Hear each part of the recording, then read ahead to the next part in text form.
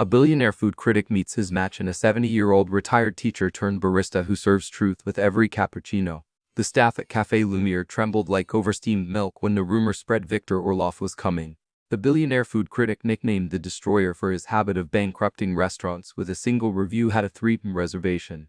"Hide the good china," whispered Mark, the manager, mopping his brow with a linen napkin. "And someone check Mrs. Benedict's blood pressure." At 2:58 am, the door chimed. In walked Victor, 75 years young, in a tailored gray suit, his silver cane tapping like a metronome set to condescension. He sniffed. "Smells like desperation and burned Arabica." The baristas froze, all except Grace Bennett, the café's newest hire. At 68, she'd taken the job for something to do besides yelling at Mezin, and she wanted about to kowtow to some overfed oligarch. Victor sat at his usual table and snapped his fingers. Earl Grey, loose leaf, 74 degrees. A trainee server scurried over, tripped, and spilled the tea. Victor didn't look up. "Do you know how many businesses I've closed for less?" Grace stomped out from behind the counter, her floral apron flapping like a battle flag.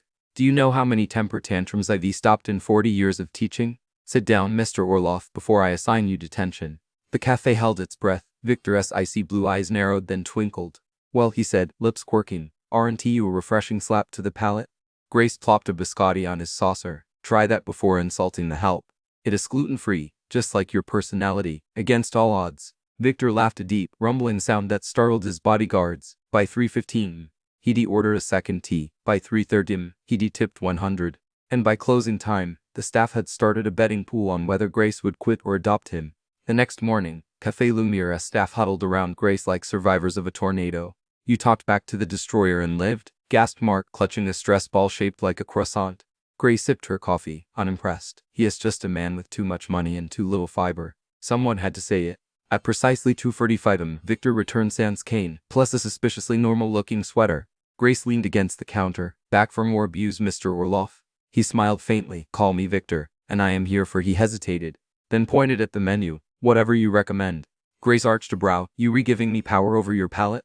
"Dangerous." She slid him a lavender latte with extra foam art, a perfect middle finger. Victor stared at it, then snorted. "Charming. It is my specialty," she said. "I don't care if you re-rich macchiato." They fell into a rhythm, Victor arriving daily, Grace roasting him louder than the espresso machine. One afternoon, she caught him sneaking sugar into his tea. "Oh no," she tsked. The great Victor Orloff, cheating on his own pretentious standards. He flushed. "My doctor said your doctor says you need joy, not just green juice." She replaced his sugar with honey. "Try sweetness for once." By week's end, the staff noticed changes. Victor complimented the napkins. He tipped the dishwasher. When a trainee spilled oat milk, he simply said, "Accidents happen." Mark nearly fainted. "Who is this man?" he whispered. "And what has Grace done with the real Victor Orloff?" It started with a note tucked into Grace's apron pocket. Heavy ivory paper, crisp handwriting. "Dinner, my rooftop. 7. Bring your wit in comfortable shoes." Grace snorted. "Is this an invitation or a ransom note?" That evening she arrived at Victor's penthouse wearing sensible flats and a knit shawl. The rooftop was strung with fairy lights, a single table set between herb planters. "No bodyguards," Grace teased. "What if I kidnap you for a sensible bedtime?" Victor pulled out her chair. "I'd pay the ransom." Dinner was shockingly simple: homemade lasagna, garlic bread, tiramisu. "You cooked?" Grace eyed him. "Or did your chef fake it like your humility?" Victor grimaced. "I attempted it." He showed her a bandaged thumb. "The greater one." They talked for hours. Grace learned he'd built his empire after losing his wife. Burying grief in work, Victor discovered she'd taught 3rd grade for 40 years. "Raised 3 kids alone. You're braver than I am," he admitted. "Says the man who eats raw oysters," she countered. As stars emerged, Victor grew quiet. "Grace," she held up a hand. "If you were about to say something sentimental, I'll need more wine." He laughed, then sobered. "I've reviewed 847 restaurants. This is the first meal where I didn't care about the food." Grace studied him the way his stern facade crumbled like overbaked pastry. "Well," she said softly, "your lasagna is underseasoned." He grinned. "Next time." "You cook?" "Next time," she echoed. Victor reached for her hand. "If you will tolerate me." The city hummed below, but up on the roof, 2 stubborn hearts finally stopped arguing. 2 months later, Victor arrived at Café Lumiere with plane tickets. "Switzerland," he announced. "You've mocked my winter coats. Now test them." Grace eyed the tickets. "Is this a date or an extreme sports audition?"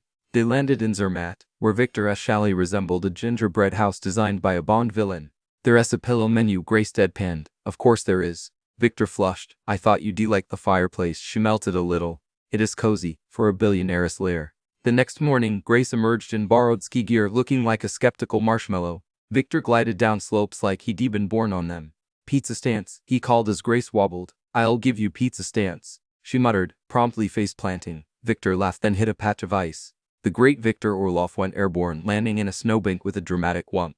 At the clinic, Grace fed him fondue while the doctor treated his sprained ankle. Serves you right, she scolded, showing off. Victor winced. I was trying to impress you. By becoming a human snowball, she dabbed cheese off his chin. You re ridiculous. That night, back at the chalet, Victor confessed by the fire. Grace Bennett, you re the only person who sees me. She tucked a blanket around him. Took you long enough to notice. Outside, snow fell softly, blanketing the Alps and two unlikely souls who'd finally found home in each other. 1 year later, Café Lumière closed for a private event. The staff gathered, gaping at the transformed space, strings of café lights, tables pushed together, and a centerpiece of Biscotti stacked like wedding rings. She's really doing it, Mark whispered, marrying the destroyer. Victor arrived first in a navy suit, nervously adjusting his tie. Grace followed in a champagne-colored pantsuit, her walker decorated with coffee cup stickers. Last chance to run, she teased. Ivy got a Metro card and a grudge against slow walkers. He kissed her hand. I'll risk it. The ceremony was officiated by Mark, who began, we were here because this man wouldn't stop complaining about tea. And this woman wouldn't stop fixing him. Victor's vows were scribbled on a napkin. You taught me that life, like coffee, is best when shared. Grace's were simpler. I never thought I'd marry someone who owns more shoes than me. But here we are.